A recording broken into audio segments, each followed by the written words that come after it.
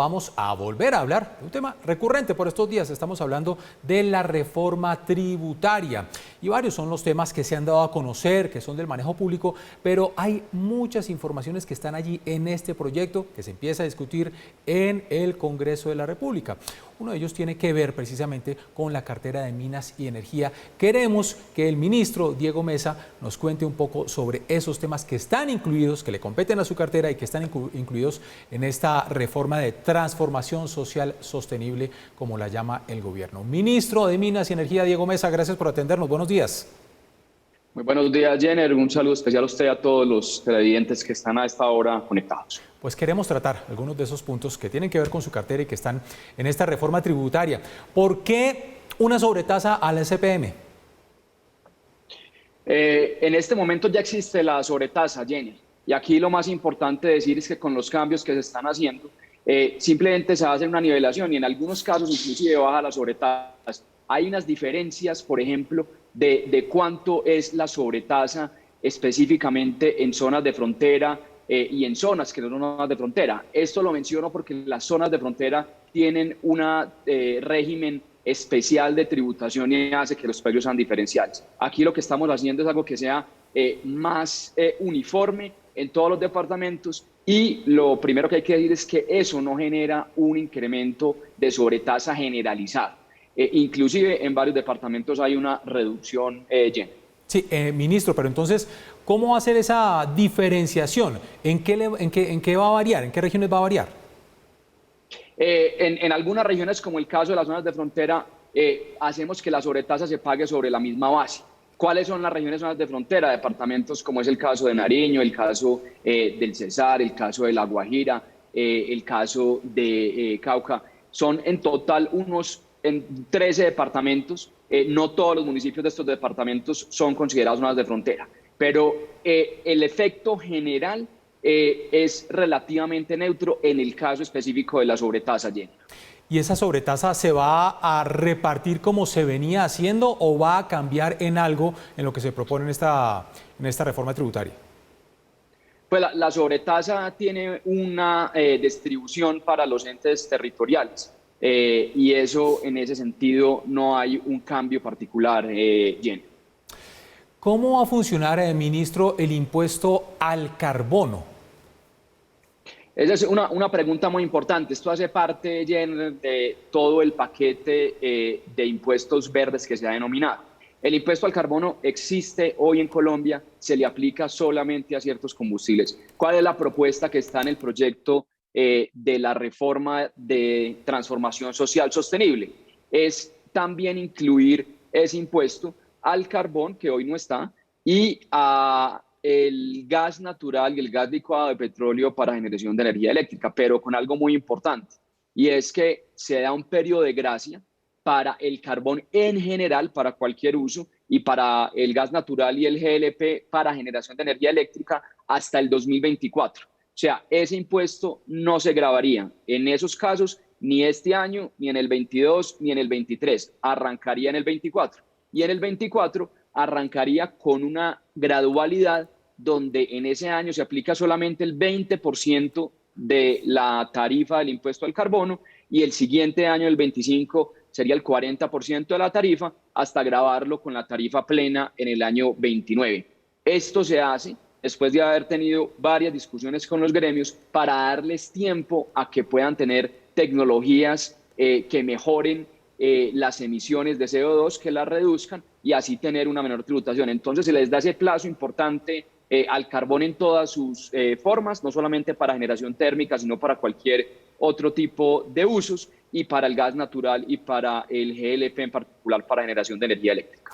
Pero ministro, en palabras claras, en el 2024 sí vamos a pagar entonces aún más, por ejemplo, por la gasolina. Hoy ya la gasolina está con el impuesto al carbono, Jenner. Sí. Estos ejemplos particulares son para lo que no está grabado hoy, que es combustible fósil. Ese impuesto ya está hoy para la gasolina. Es para incluir los combustibles fósiles que hoy no están grabados, pero como en este caso habría una afectación para el tema de generación eléctrica, por eso se da ese periodo de gracia hasta el 2024. Uno de los temas que siempre la gente ha venido hablando cuando se empezó a leer el texto de la reforma tributaria es que íbamos a pagar más por la gasolina. ¿Eso entonces no va a ser así? La razón para eso, Jenner, tiene que ver no tanto con la sobretasa, sino con el IVA, que hoy está en un IVA del 5%, y lo que propone la reforma es llevarlo a la tarifa general, que es del 19%. Ahí han radicado los comentarios. Ahí que hay que decir, Jenner, lo primero, en Colombia tenemos la tercera gasolina o diésel que más económica o más competitiva de la región. Solamente está más barato en países, digamos, como Venezuela, como Bolivia, como Ecuador, que la subsidian altamente. Al llevarlo del 5 al 19, pues obviamente habría un incremento, pero lo otro que también hay que decir y que tenemos que explicarle a los ciudadanos es que en Colombia, desde hace varios años, tenemos un fondo de estabilización a los precios de los combustibles. Sí. Y eso hace que cuando hay muchas fluctuaciones, que generalmente se dan porque el precio del crudo es muy volátil, que es la referencia para cómo se fijan los precios de gasolina y de diésel, pues no tengan que ser absorbidas directamente por los usuarios. Entonces ahí va a seguir operando el fondo de estabilización para poder suavizar esa volatilidad, pero asegurándonos que el IVA está en la tarifa general y no en la tarifa diferencial del 5%. Entonces hagamos claridad, gasolina sí subiría del 5 al 19% y entraría a regir no a futuro, sino una vez aprobada la reforma. Una vez aprobada la reforma, teniendo muy en cuenta que está el fondo de estabilización, que por el diseño mismo solamente permite ciertos incrementos de manera mensual. Entonces eso hay que tenerlo en cuenta. Hay un fondo de estabilización a los precios de los combustibles que absorbería la variación por un efecto del cambio en la tributación y sería también un incremento que se daría de manera gradual. Ministro, ¿por qué IVA a los servicios públicos, estrato 4, 5 y 6? Muchos dicen estos estratos subvencionan a 1, 2 y 3 y fuera de eso les ponen más IVA. Bueno, Jenner, muy importante la pregunta para hacer una claridad al respecto.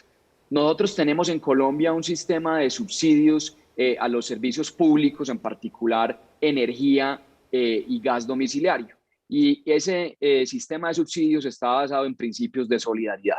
Entonces, los estratos altos pagan hoy, antes de la reforma, el sistema actual, una sobretasa o una contribución, que es del 20%. Esto lo pagan estratos altos y lo pagan también algunos usuarios del sector industrial y del sector comercial.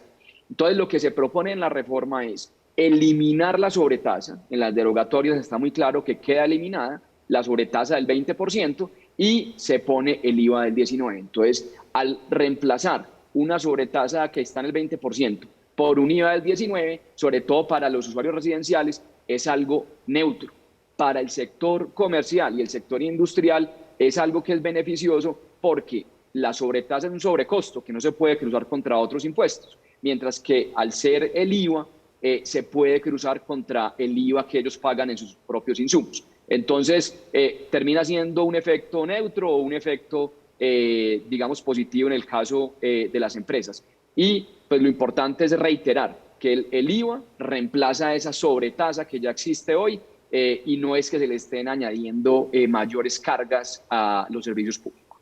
Pues es el ministro de Minas y Energía, Diego Mesa. Ministro, como siempre, un placer tenerlo acá en Red Más Noticias y vamos a ver cómo avanza el trámite, la discusión de esta reforma. Claro que sí, Jenner. A ustedes muchas gracias por el espacio y aquí siempre dispuestos a hablar y pues, la reforma, como usted me acaba de preguntar, trae varios aspectos que tocan esta cartera. Aquí estamos listos para seguir respondiendo, Jenner.